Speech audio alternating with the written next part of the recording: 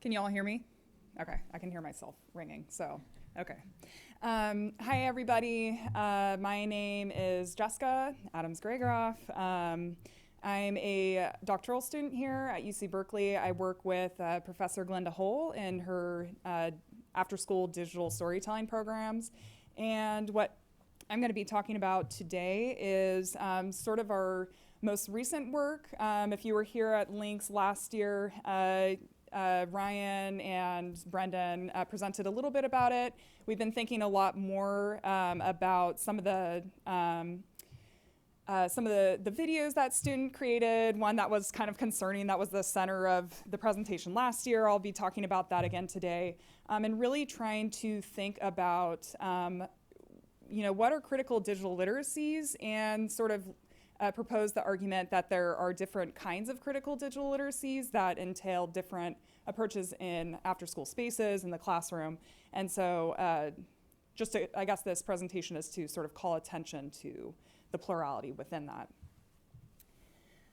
So just to start off, a lot of the work in the after-school space in the local community here in the Bay Area, in our middle schools and high schools that we've worked with, has really been motivated by sort of the democratic ethos, the possibility of multimodal meaning making that was particularly prominent and relevant still today, but definitely in the early 2000s.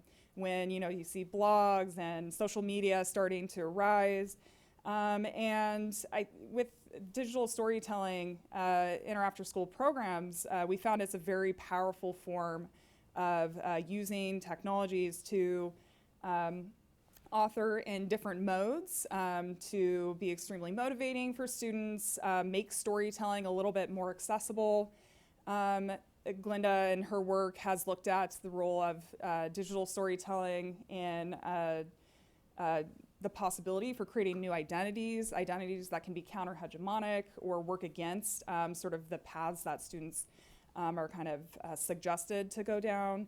And in the more recent work where I've came in more recently is looking at sort of global partnerships. How can digital storytelling be a way for students to communicate across different countries, different cultural contexts, and to really think about what does it mean to tell a story to an audience that you don't know that much about, and really have imagine oneself sort of beyond the national sense of self.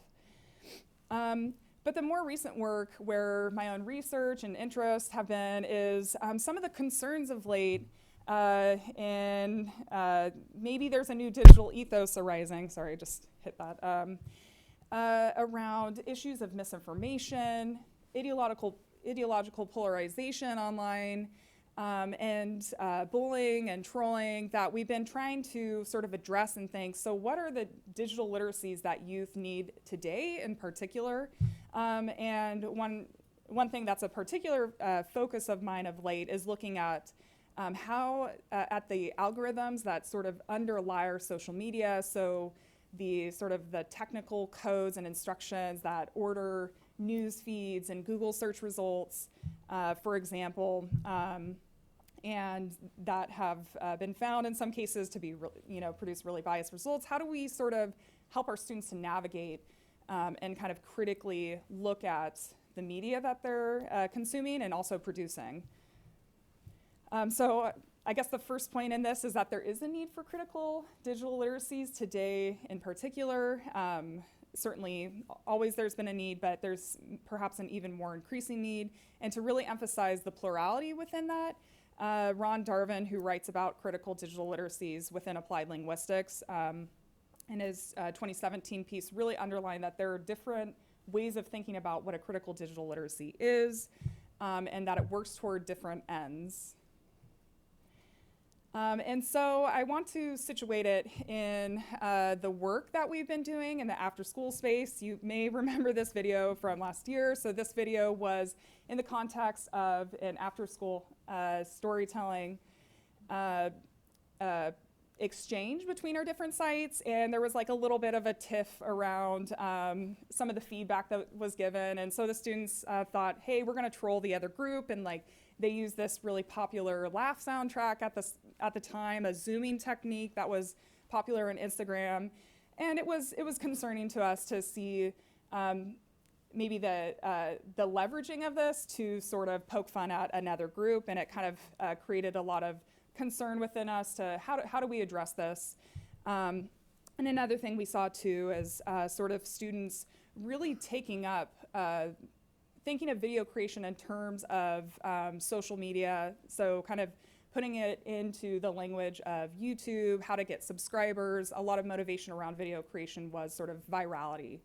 And we really wanted to address this. So what I'm going to do is talk about the approach that we took in our after-school spaces, and then offer two other approaches that we might have taken to sort of demonstrate the plurality within critical digital literacies. So the very first thing that we did, because we had a global partnership with students in India, was to think about critical digital literacy in terms of ethical approaches to self and other. And this is really where Glinda has done a lot of work in thinking about how to sort of connect students through digital means, but other means to think about oneself, reflect on oneself, and put oneself in the global context. And part of that critical capacity is the ability to imagine the other and others and their difference and on their own terms. And so sort of what this led to, this particular group, for example, they, in the very beginning of the semester, were really interested in doing this very popular, creating a popularized YouTube mukbang, which is like a massive like food eating kind of sit down and like Q&A with a video. And through conversations, thinking about, you know, what's impact, what's the audience, who's your audience? How do you want to communicate to the students in India, for example? The students started to think a little bit differently about the project. They really wanted the mukbang. That was non-negotiable, but they were really interested in issues within their community. So a lot of the Q&A centered around talking about what are those issues, talking about racism and stereotyping in that context, and trying to familiarize an audience. A global audience to some of the issues in Oakland in particular. But to kind of quickly go through it, because I don't think I have too much time left, there are other approaches that we could have taken. So there's critical digital literacy as resistance, which I appreciate Leslie for sending the Hernandez Zamora chapter on decolonizing literacy, but he has this really great line in there of thinking of literacy as speaking up, speaking against, but also speaking with. And I think that one way we could think about a possible approach in the after-school space is to look at the trolling as an example, as a resource for a potential resistant critical literacy practice of not against peers, but maybe against oppressive structures. An example that I think of is like Alexandra Ocasio-Cortez, who sort of has these exchanges and has to use sort of maybe not kind of like a trolling way of like countering some of the statements that are made against her. And I think it's the point there is that it can be a powerful source of engaging online today. And then sort of as a last possible way, my particular interest is sort of in the critical literacy as identifying discursive and the technical infrastructures of social media platforms. So engaging students around conversations of how are certain results being populated based on past behaviors and the likes on the on YouTube, for example, and how does that sort of frame their own viewing of YouTube videos. So trying to understand the algorithmic logics there, and I'm not sure where I'm at on time, but and then also looking at sort of the presentation of videos in that context.